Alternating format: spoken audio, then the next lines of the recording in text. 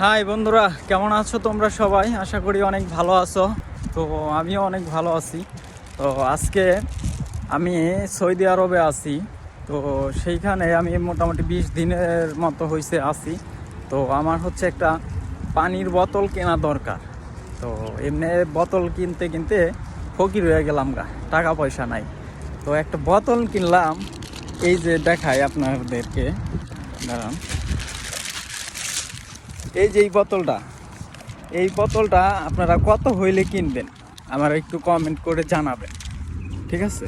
তো এই বোতলটা আপনারা কত টাকা হইলে আপনারা কিনতে পারবেন বা কত টাকা হইলে আপনাদের ভালো হয়, হ্যাঁ? তো এটা জানাবেন। কিন্তু এই বোতলটা আমার হচ্ছে বাংলাদেশে 700 টাকা নিল। এই বোতলটা দেখেন, 700 টাকা। তো জানি না এখন বাঙালিরা কত দিয়ে কিনবে, ঠিক আছে? মানে বাংলাদেশে আমার একটু কমেন্ট করে জানাবেন। Thank you.